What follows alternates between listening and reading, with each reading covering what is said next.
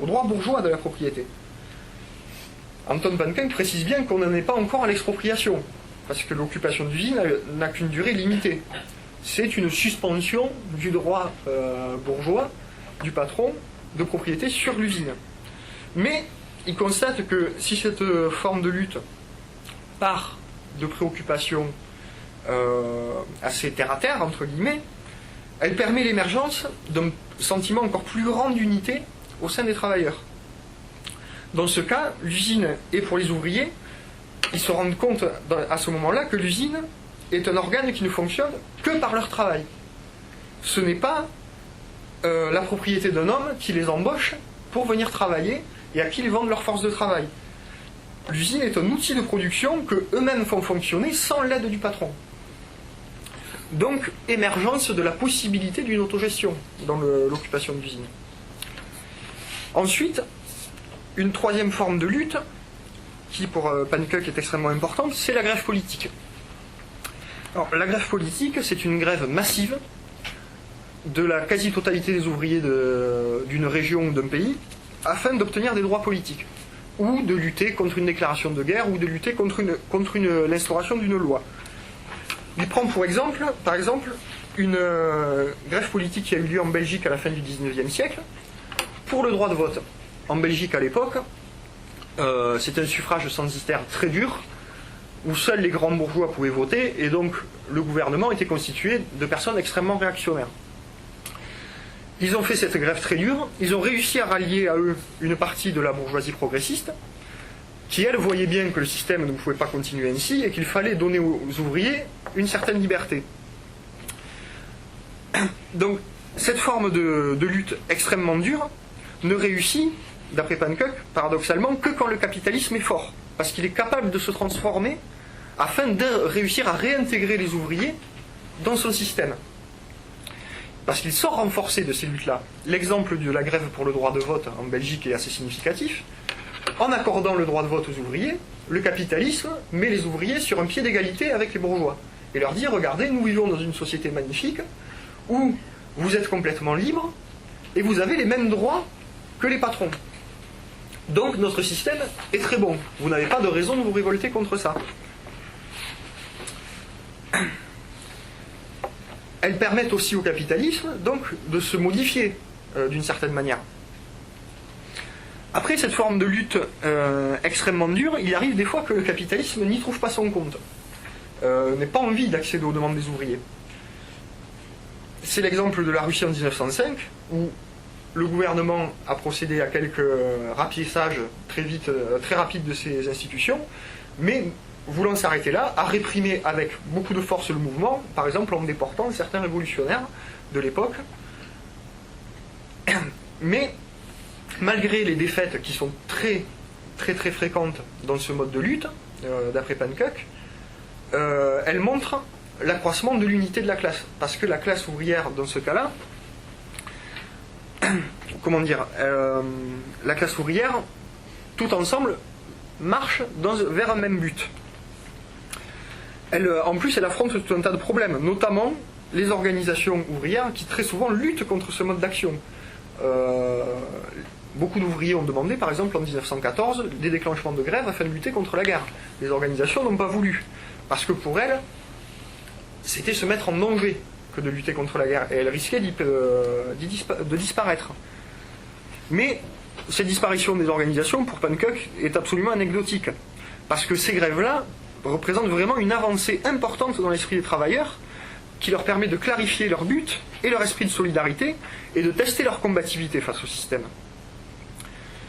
Mais il arrive aussi, quelquefois, que ces grèves politiques mettent le gouvernement dans une position de réel recul. Et plus le gouvernement recule, plus il montre à ce moment-là ce qu'il est réellement, à savoir une minorité qui use de répression pour maintenir son pouvoir sur une majorité, et non pas une institution légitime qui représenterait l'ensemble de la population. Le gouvernement perd sa puissance, l'armée lui répond de moins en moins bien, on assiste à des scènes de fraternisation entre les soldats et les ouvriers, c'est arrivé dans plusieurs cas, et là commence à arriver le réel danger pour le gouvernement. Mais ce type d'action nécessite de la part des ouvriers une très grande clarté et l'évolution des buts que les ouvriers se fixent. Parce qu'une fois qu'ils ont gagné, par exemple, leur droit de vote, s'ils rentrent chez eux, le capitalisme fonctionne mieux et ça n'aura finalement pas servi à améliorer durablement la situation des ouvriers, à savoir à faire la révolution. Un exemple de cette situation-là, que prend Anton Pankuk, c'est la révolution russe. Donc la révolution russe, lui, considère que, quelque part, elle s'étend de 1905 à 1917 ou 21. 1905, c'est pour lui un moment absolument important dans les luttes ouvrières, parce que c'est l'apparition de nouvelles formes de lutte et le développement massif de nouvelles formes de lutte, à savoir les grèves politiques et les soviets, ou conseils ouvriers. Donc ce mouvement, comme on l'a vu tout à l'heure, a été fortement réprimé. Et en 1917, la situation est une situation de guerre, une situation d'absolutisme et famine d'une partie de la population. Le capitalisme en plus en Russie est très faible. Et ça, c'est pour Pankuk une donnée extrêmement importante. Les ouvriers donc se rebellent, s'organisent en conseil, mettent à bas le gouvernement, mettent à bas un deuxième gouvernement, et finalement réussissent à prendre le pouvoir. Mais, alors c'est là que pour Anton Pankuk, le niveau de développement du capitalisme est très important. La faiblesse du développement du capitalisme en Russie, à savoir qu'il n'y avait pas ces grandes armées d'ouvriers, ces grandes usines, et il n'y avait pas un nombre d'ouvriers suffisamment important dans la population, a entraîné chez les ouvriers un manque de clarté au niveau des objectifs. Les ouvriers ont abandonné l'autonomie qu'ils avaient réussi à conquérir aux bolcheviks, qui leur ont dit, si vous ne nous donnez pas le pouvoir, grosso modo, hein, je simplifie, mais si vous ne nous donnez pas le pouvoir, ça va être la défaite de la révolution, la guerre va continuer, et il nous faut, nous, organiser la production pour que tout reparte, et pour qu'on réussisse à arrêter la guerre. Grosso modo, hein. Ça mériterait un développement plus grand, mais là, c'est pas l'objet de ce soir. On a donc assisté à l'arrivée au pouvoir des bolcheviks, qui organisent de manière militaire la production et la société, qui instaurent la dictature du parti bolchevique, et qui instaure un système où la bureaucratie est le propriétaire unique des moyens de production. Et qu'est-ce qui s'est passé? On a assisté à un développement du capitalisme, alors d'accord, capitalisme d'État, pas un capitalisme à l'occidental, mais quand même au développement du capitalisme avec l'organisation de grandes unités de production et de grandes usines. Et finalement, Pankuk considère que cette révolution russe est un type particulier de révolution bourgeoise. Elle a permis la croissance du capitalisme. Donc, en partant d'une envie révolutionnaire chez les ouvriers, d'une envie de révolution prolétarienne affirmée, le manque de clarté a conduit finalement à une révolution bourgeoise. Et cette révolution russe a eu une conséquence autre, c'est-à-dire que suite à l'effondrement du mouvement ouvrier de 1914, dont on a parlé, qu'on a évoqué très vite tout à l'heure, les bolcheviks ont constitué l'exemple à suivre pour les révolutionnaires. Ils ont dit, nous on a réussi notre révolution, suivez notre exemple, utilisez nos méthodes, et vous allez voir, vous allez gagner vous aussi. Le problème, c'est qu'ils masquaient la situation réelle dans leur pays, à savoir une exploitation extrême des ouvriers dans leur pays, une dictature extrêmement forte, en faisant croire que c'était le paradis communiste, et que tout fonctionnait très bien. Ils ont donc usé de propagande, d'intimidation pour garantir leur hégémonie sur le mouvement. L'histoire de la Troisième Internationale à ce niveau-là est assez intéressante. Et ils ont imposé leur méthode au mouvement révolutionnaire. C'est-à-dire direction centralisée du mouvement, dictature du parti qui est censé représenter la classe ouvrière, importance des luttes de libération nationale avec tout ce que ça peut comporter d'interclassisme et de déviation à ce niveau-là, etc., etc. Et cette attitude, finalement, a déshabitué la classe ouvrière à l'autonomie et, pour Pankuk, a été un des éléments fondamentaux de l'avènement du fascisme. Vu que la classe ouvrière était extrêmement faible, elle n'a pas pu lutter contre cet avènement du fascisme. Donc, une fois cet exemple-là posé, Anton Pankuk se demande qu'est-ce que peut être la réelle révolution des travailleurs, qui ne soit pas une révolution qui dégénère comme la révolution russe. Il pose d'abord des conditions. D'après lui, les travailleurs ne deviennent combatifs que dans les situations de crise. En effet, en temps normal, la propagande fait que l'ouvrier se satisfait de son sort et de son confort. Il n'est pas poussé à agir par la nécessité, et l'endoctrinement du capitalisme fonctionne à plein. Cependant, comme on l'a évoqué tout à l'heure, le capitalisme a une limite. Il prend cet exemple de dire que la Terre est ronde, elle a donc des limites géographiques, et en plus de ça, démographiquement, il y a aussi une limite. La population à servir pour le capitalisme est limitée. Et le capitalisme a besoin de cette croissance pour exister, a besoin d'asservir toujours de plus en plus. Cependant, pour Panckuk, plus le capitalisme approche de cette fin, plus il connaît de crises. Et les crises sont de plus en plus dures. Et lors de ces périodes de crise, cet esprit de soumission, pour les ouvriers, ne leur permet plus de vivre. Ils sont donc obligés de se révolter. Il devient absolument nécessaire de se battre. Et instinctivement, pour Panckuk, les ouvriers sentent qu'ils vont devoir être unis et organisés. On assiste donc à ce moment-là à un développement d'une forme de sentiment communautaire au sein des ouvriers, de sentiment de classe. Ce qui se joue d'après lui, à ce moment-là, c'est la fusion de l'individualisme et de ce sentiment communautaire en une unité supérieure. L'individu, dans ces moments de crise, commence à se mettre au service de la communauté, car, et je le cite encore une fois, il atteint une nouvelle perception de la vie qui s'appuie sur la compréhension du fait que la société est la source de l'être humain tout entier. Donc il commence vraiment à prendre les problèmes d'une manière globale. Et il considère que l'individualisme, dans ce cas-là, trouve à se réaliser autrement que dans la simple envie d'asservir l'autre. Mais l'individualisme peut se réaliser justement dans cette communauté qui se crée avec l'autre. Mais il constate aussi, Panckuk, que ce sentiment communautaire-là et l'organisation autonome du prolétariat ne suffisent pas à affaiblir le capitalisme. Il insiste encore une fois sur l'importance de la domination spirituelle du capitalisme. Et là, je reprends la phrase que j'ai citée tout à l'heure, la révolution ouvrière sera une victoire de l'esprit. Parce que, donc, une majorité est soumise à une minorité grâce à la propagande.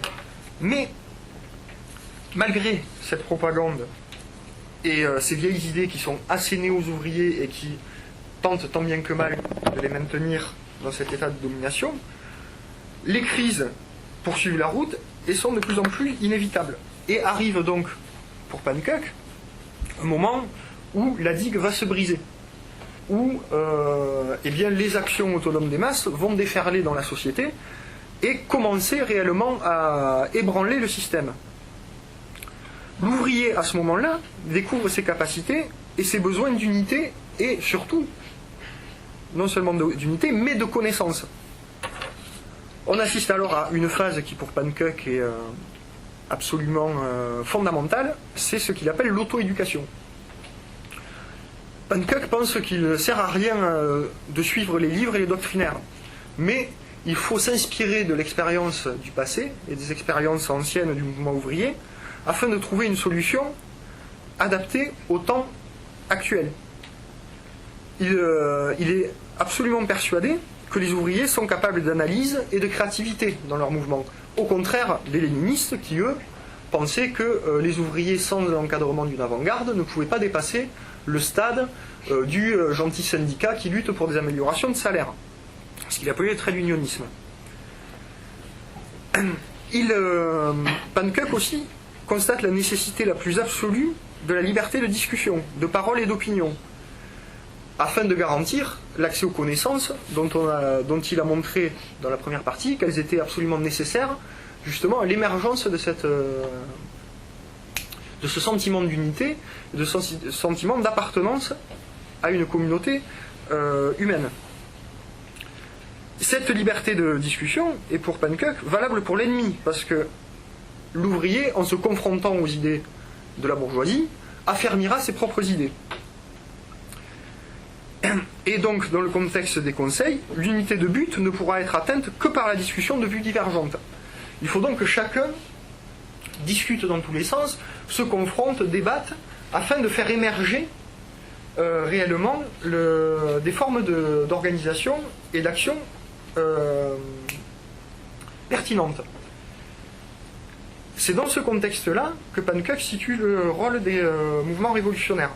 Pour lui, les partis politiques, entre guillemets, viendront éclairer les discussions, donner forme et poser des cadres de discussion.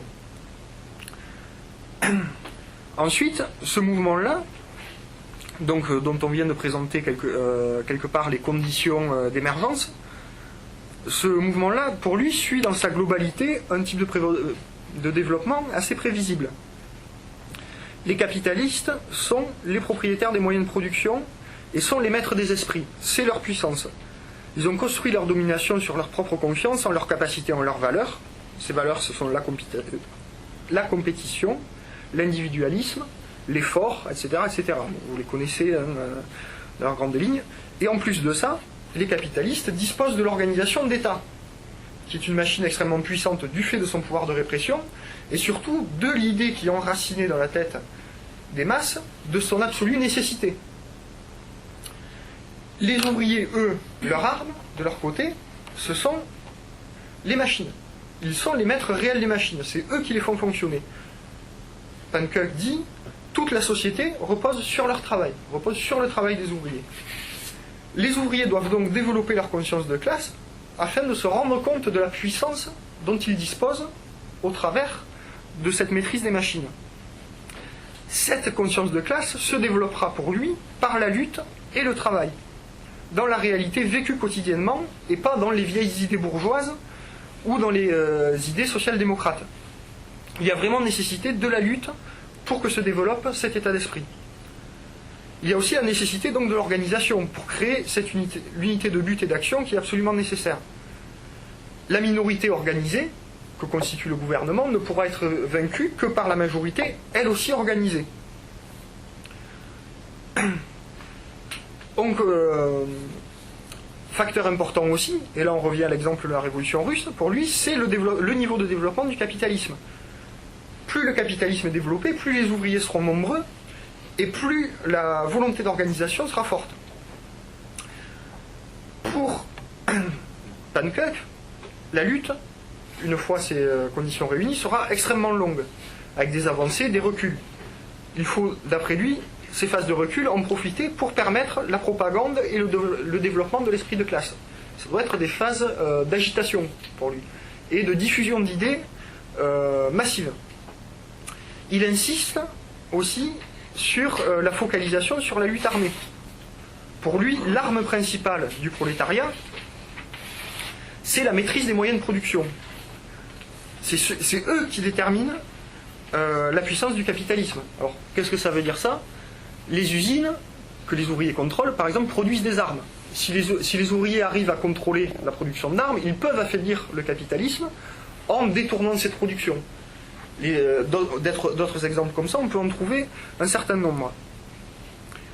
Face à une classe ouvrière bien organisée sur d'elle, pour Pankuk, le pouvoir répressif sera soit dépassé par le nombre, soit verra sa force diminuée par la fraternisation des éléments ouvriers que le pouvoir répressif contient. Parce que on a deux cas, soit une armée professionnelle, comme c'est le cas aujourd'hui en France, soit une armée avec énormément d'appelés, et ces appelés-là sont très souvent ouvriers. Ils auront donc beaucoup de mal à tirer sur les gens qui sont finalement comme eux. On a assisté à des scènes de fraternisation, par exemple en Russie, en 1917. Lorsque le gouvernement sera... la lutte entre les deux classes se fait entre deux classes à ce moment-là cohérentes, qui chacune a une idéologie bien affirmée et une organisation forte. Elle ne se gagnera pas immédiatement. Et les ouvriers étant plus nombreux et organisés et puissants, réussiront au bout d'un moment à faire reculer le gouvernement, à détruire petit à petit les institutions capitalistes. Il y en aura toujours des restes qui se battront, qui essaieront d'entraver le développement de cette révolution, mais Pankuk pense que ces restes-là vont dépérir. Mais il s'agit de ne pas perdre de vue non plus l'objectif de la révolution et l'objectif d'autonomie. Parce qu'on a vu par exemple en Allemagne, où des conseils ouvriers ont été instaurés, et où finalement le Parti social-démocrate a réussi à dire « rentrez chez vous, on est au gouvernement, vous allez voir, tout va changer ». Donc toujours, là on en revient à ce qu'on disait sur les greffes politiques, garder l'objectif en tête. Lorsque le gouvernement sera complètement paralysé, qu'il ne pourra plus assurer ses tâches d'administration, ce seront aux travailleurs d'assurer la continuité de la vie sociale. Il sera donc absolument indispensable à ce moment-là d'assurer la production, par exemple. C'est-à-dire la grève à un moment donné devra s'arrêter et le travail devra reprendre, tout simplement par exemple pour éviter la famine. Il faut que les gens aient de quoi se nourrir. D'où la constitution des conseils et leur organisation en fédération de conseils. Donc voilà grosso modo ce qui est contenu dans ces deux livres. On voit donc une pensée quand même, moi je pense intéressante parce que enracinée, qui essaye toujours de se remettre en contact avec la réalité sociale. Bon, d'un point de vue anarcho-syndicaliste, parce que c'est quand même de ça qu'il s'agit, on peut considérer qu'il y a quand même un fort, cette pensée est fortement imprégnée de marxisme et de cette théorie du matérialisme historique qui, à mon avis, a pu montrer des limites. Bon, là, je renverrai à des critiques qui ont été effectuées par certains auteurs, dont, par exemple, Cornelius Castoriadis, dont on a déjà parlé lors d'une conférence, qui a effectué une critique de Marx qui, à mon avis, est extrêmement intéressante. Notamment tout ce côté un peu mécaniste du mouvement révolutionnaire peut, à un moment donné, déranger.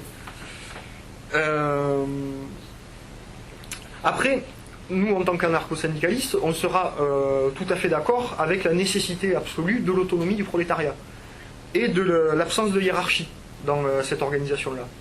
Elle nous correspond tout à fait et elle fait partie de ce que nous, on promeut.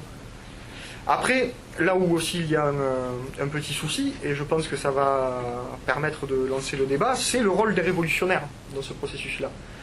Anton Pannekoek, lui, cantonne les révolutionnaires à un rôle de débatteur et de producteur d'idées. À un moment donné, et là, la correspondance qu'il a eue avec Castoriadis est assez intéressante à ce niveau-là, Castoriadis lui remarquait que si les révolutionnaires honnêtes, eux, ne vont pas chercher à prendre le pouvoir sur les conseils, il existera encore des organisations de type léniniste qui, elles, vont chercher à diriger.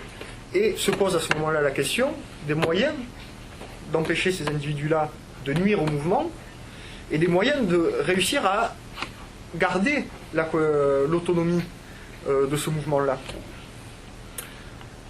Voilà, grosso modo, ce que je pouvais dire sur la question.